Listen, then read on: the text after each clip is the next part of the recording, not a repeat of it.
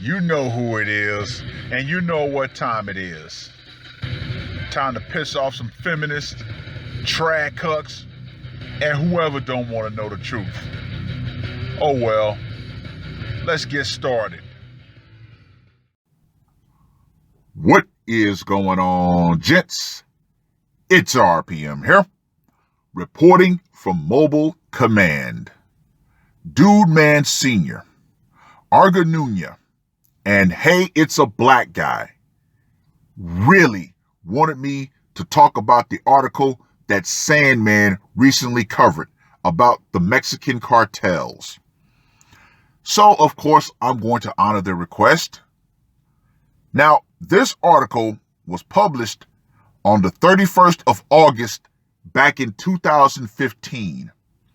However, during the turbulent times we're seeing now, oh yeah, things are about to get a whole lot more interesting. Why have feminists been disappearing in Mexico? I'm going to read some of the article, so of course you guys can read the full article in the description box. But I'm going to read a little bit of it, and then I'm going to talk about some things and talk about the real truth that so many women do everything they can to avoid. Drug gangs, the government, and a patriarchal justice system are threatening the lives of the country's women. See, once again, women never differentiate between what type of women are being threatened. They want to make you seem as if it's all women being threatened. No. Once again, women operate from a zero-sum mindset. If one woman is being threatened, then they're going to make sure to say it's all women. But gentlemen, we know that's the furthest thing from the truth. Nadia Vera was a young, exuberant woman whose mother called her Sugar Girl and whose friends lauded her as a committed activist. She studied in the capital of the southeastern state of Veracruz, Jalapa, and was active in student movements and struggles for the defense of natural resources and land in Veracruz. On a local internet television channel, Rompaviento, she questioned how many journalists have been assassinated without anything happening. How many students, how many activists, how many human rights defenders have been assassinated or disappeared? Ah, yes. See, sometimes it's better to blend in than to stand out. MGTOWs and red pillars know this all too well. Sometimes it's better to fight from the shadows than to take the slings and arrows. Because especially in countries like Mexico, Brazil, some first world countries, but not as civil as most Western countries, sometimes speaking out will put a bullseye on your back. Just saying. You got to be smart with your activism. On July 31st, 2015, at the age of 32, she was found assassinated in an apartment in a middle-class neighborhood in Mexico City, alongside her friend Ruben Espinosa, a photographer who had fled the state of Veracruz, notorious for assassinations of journalists, after he felt threatened. Her flatmates, Eunicia Quiros, Mile Virginia Martin, and their housekeeper, Alejandra Negrete, were also murdered, and the bodies of Nadia, Eunicia, and Mile all showed signs of rape and torture. Their bodies speak, said Carla Michelle Salas, the lawyer for Nadia's family. This is a specific type of violence aimed at them just for the simple act of being a woman. This is what allows it to be defined as femicide, which does not detract from the fact that the motive may have been political, she added on the online television program Luchadores. These murders are part of a national insecurity crisis. An estimated 6 women are victims of femicide every day. All assassinations that demonstrate that gender was part of the motive for their murder. No. Honestly, most murders outside of assassination are typically crimes of opportunity. But of course, they want to make this into what it's not. What about men that get murdered? Now, from what I can gather from this, Ruben Espinosa was the actual target. Everybody else just happened to be in the wrong place at the wrong time. That's what, in my opinion, was the actual motive. If they were not there, they would have not gotten, snuffed out. But since they want to make this about women, well, we're going to take this road. When the news broke about photographer Ruben Espinosa's murder, the press mentioned the assassination of the 4 other women as a side note and failed to name them. When it was revealed that Nadia Vera was among the women, the brutal crime took on another political dimension. Just months previously, Vera had denounced the governor of Veracruz for his complicity in the violence that ravaged the state. We completely hold Javier Duarte de Ochoa, governor of the state, and his cabinet as responsible for anything that could happen to those involved and organized in these types of movements, Vera told Rompevieto.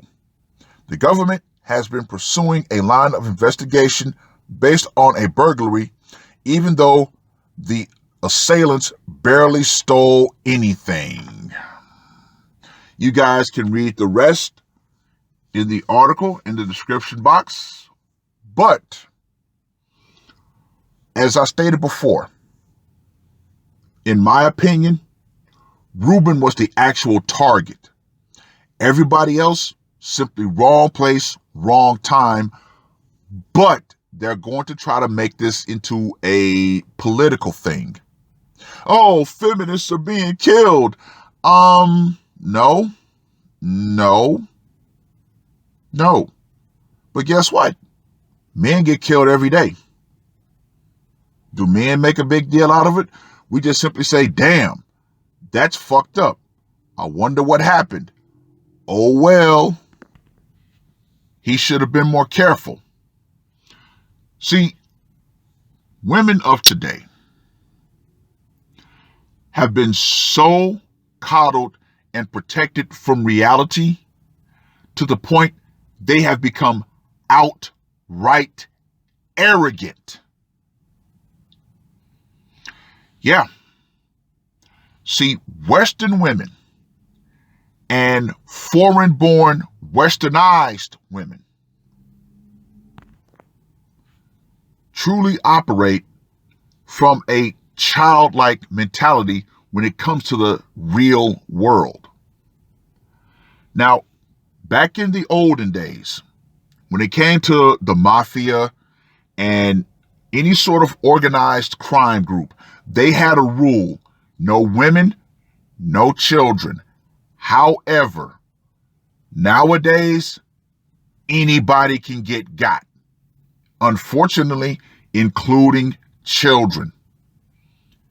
Yeah, even children can get got nowadays.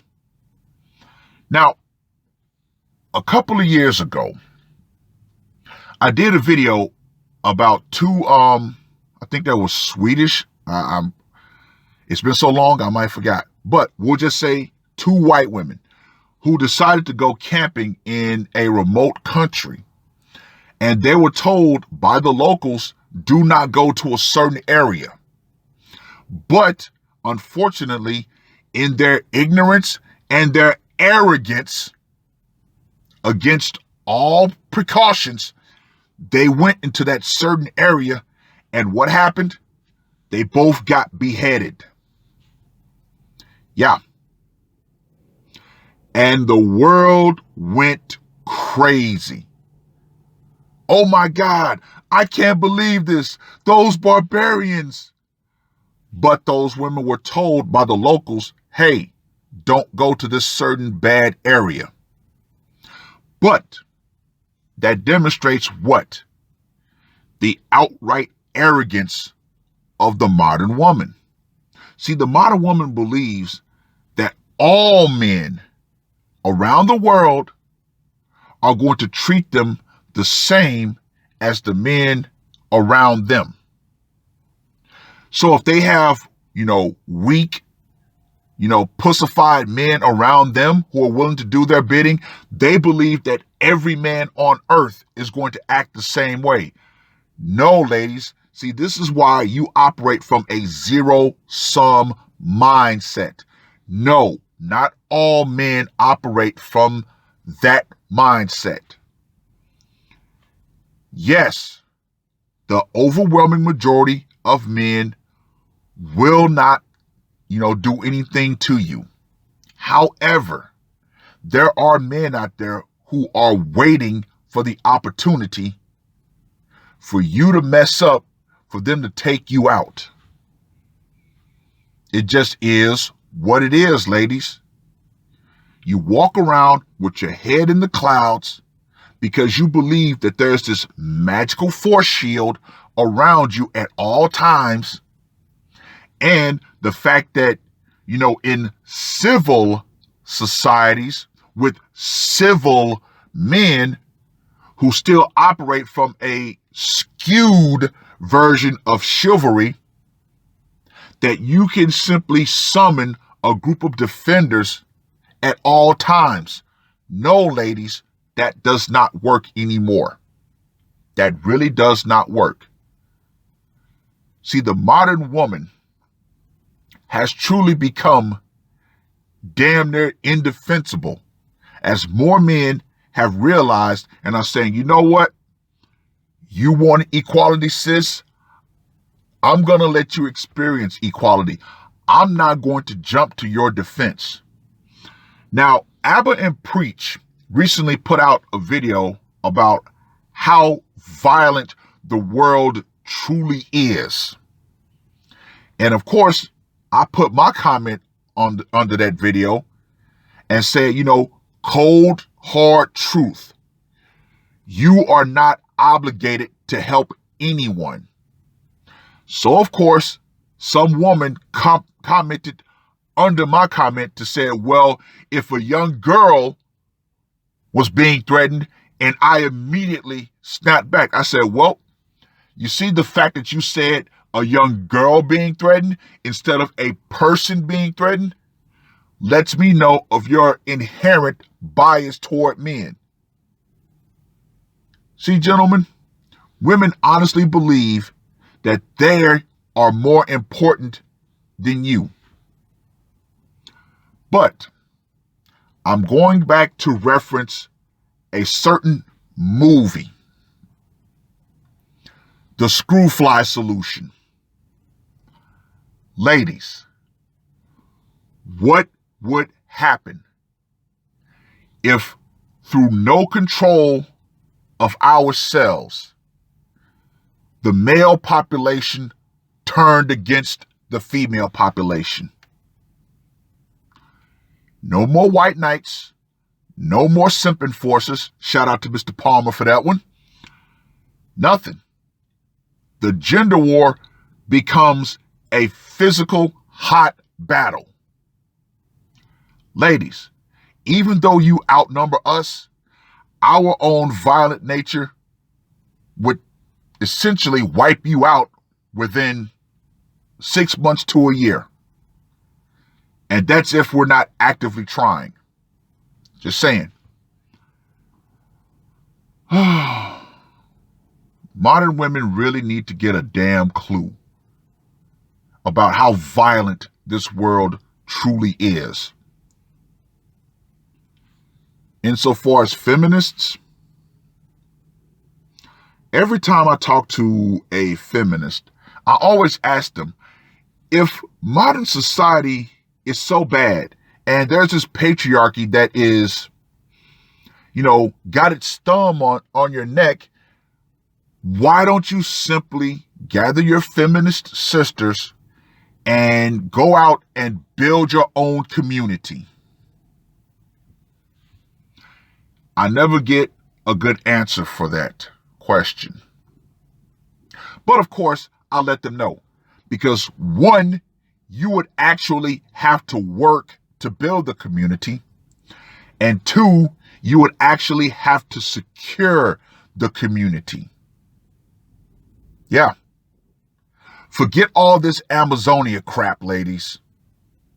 Forget all that. If women were to go out and try to build a community, all it would take is a group of bad men to waltz in and take it over. You ladies know that. You're never willing to admit that, but you know that. Yep. Even criminals can organize. So yeah, you get a group of women who go out and say, we're going to build Amazonia. Yeah. All it would take, let's say you had about 500 women. 500. They build their little community. Let's say a group of 100 men come to that community. What do you think is going to honestly happen? Those men are going to take out the women who have the biggest mouths. The women who think that they can fight, they're going to be the first ones taken out. And guess what? When those other women see what happens, they're going to submit. Why? Because, ladies, as much as you want to say that men and women are equal, we are not. We're not. Men are bigger, faster, stronger, and more savage in our nature. You ladies, you never had the threat of violence visited upon you. So that's why you're able to walk through society and say, oh, no, look at me, blah, blah, blah, blah, blah. No, ladies, no. If you want true equality, then guess what? Violence will be visited upon you. Just saying. But yeah, like the Mexican cartels, there are groups of men in every country that do not care about your gender. You are a target of opportunity, and therefore, guess what? If you're in the wrong place and the wrong time, they know good and well, you know what? Yeah, we're going to take this person out. Men get disappeared all the time. Men meet violent ends every day. Ladies, you're human just like we are. You can also meet a violent end. It is what it is. But unfortunately, so many women honestly do not believe that. And once again, that is that bubble of delusion that the modern woman has been allowed to live in. But, well, one day, ladies, one day. Oh, and something else that I've seen as of late that has not been mentioned. Police recruitment is going down. It has been going down year by year. What does that mean? If there's not enough police forces out there, guess what? A lot of hockey masks could be going on. I mean, where George Floyd was, defund the police, guess what? Violence went up. Crime went up. You modern women truly are not ready for what's about to come. You think you are, but you're not. Because when it comes to survival, it becomes every man for themselves. And a lot of these feminists, they're going to experience the true terror of the real world. No filters, no protection, no nothing. And then we'll see if you're really about that life. As Kevin Samuel says, feminism can only exist in a first world country. And as I say, when the power goes out, feminism will go out right along with it. Let me know what you guys think. RPM, I am